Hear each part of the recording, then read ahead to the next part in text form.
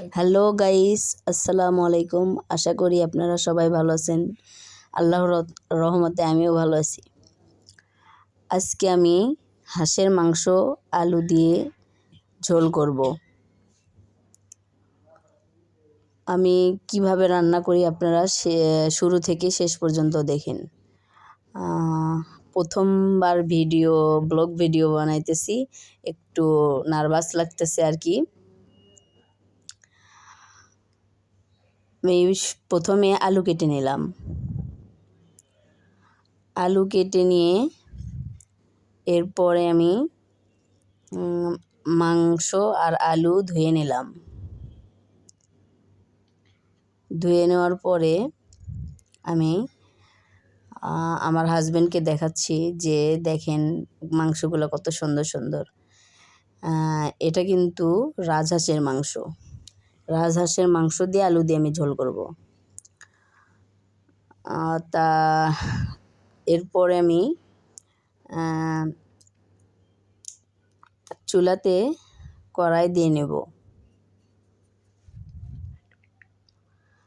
দেওয়ার পরে আমি তেল দিয়ে নেব। তেল দেওয়ার পরে আমি পেঁয়াজ কুচি দিয়ে দেব। পেঁয়াজ কুচি দেওয়ার পরে একটু নাড়া দিয়ে নেব।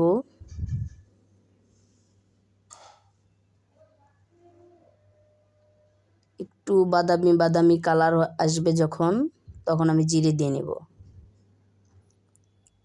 এরপর তেজপাতা, দারচিনি, এলাচ দিয়ে নিলাম। তারপরে দিয়ে দিলাম আমি একটু আদা রসুন বাটা। যেরকম তরকারি এই পরিমাণেই দিতে হবে। তারপরে দিয়ে দিলাম একটু লবণ। এরপরে দিয়ে দিলাম একটু হলুদ গুঁড়া। তারপরে একটু দিয়ে দিলাম মরিচের গুঁড়া। এরপরে একটু লাড়া দিয়ে নেব। তারপরে পানি দিয়ে দেব। পানি দিয়ে দেওয়ার পরে এই যে দেখুন মাংসের মানে ঝোলের তেল ছাড়ছে। তেল ছাড়ার পরে আমি দিয়ে দিলাম মাংসগুলো ভালো দেওয়ার পরে ভালো করে কষে নেব।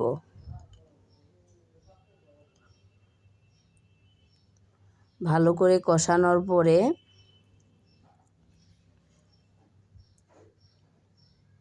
দেখুন মাংসর কালারটা কত সুন্দর বের হয়েছে।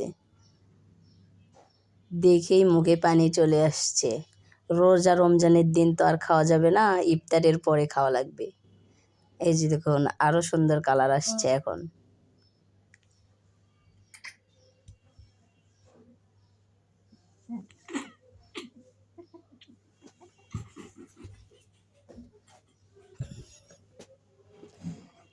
এরপরে এই যে আমার তরকারিটা কষানো হয়ে গিয়েছে।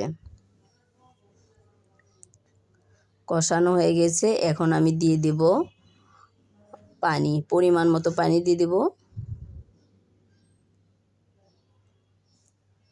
পানি দিয়ে দেওয়ার পরে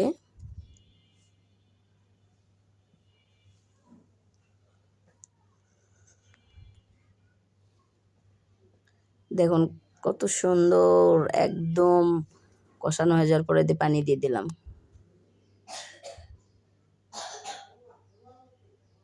পানি দিয়ে এখন আমি ঢাকনা দিয়ে ঢেকে দেব।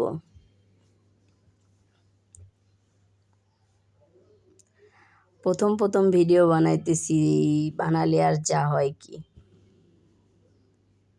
ভুল ত্রুটি থাকলে মাফ করে দিবেন। এই দেখুন আমার রান্না প্রায় হয়ে গিয়েছে।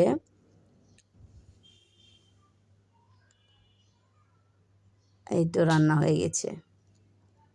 ভিডিওটি যদি আপনাদের ভালো লাগে তাহলে লাইক, কমেন্ট, শেয়ার করে দিবেন এবং সাবস্ক্রাইব করে দিবেন।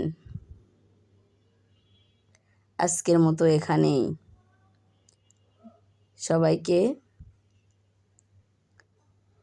আসসালামু আলাইকুম।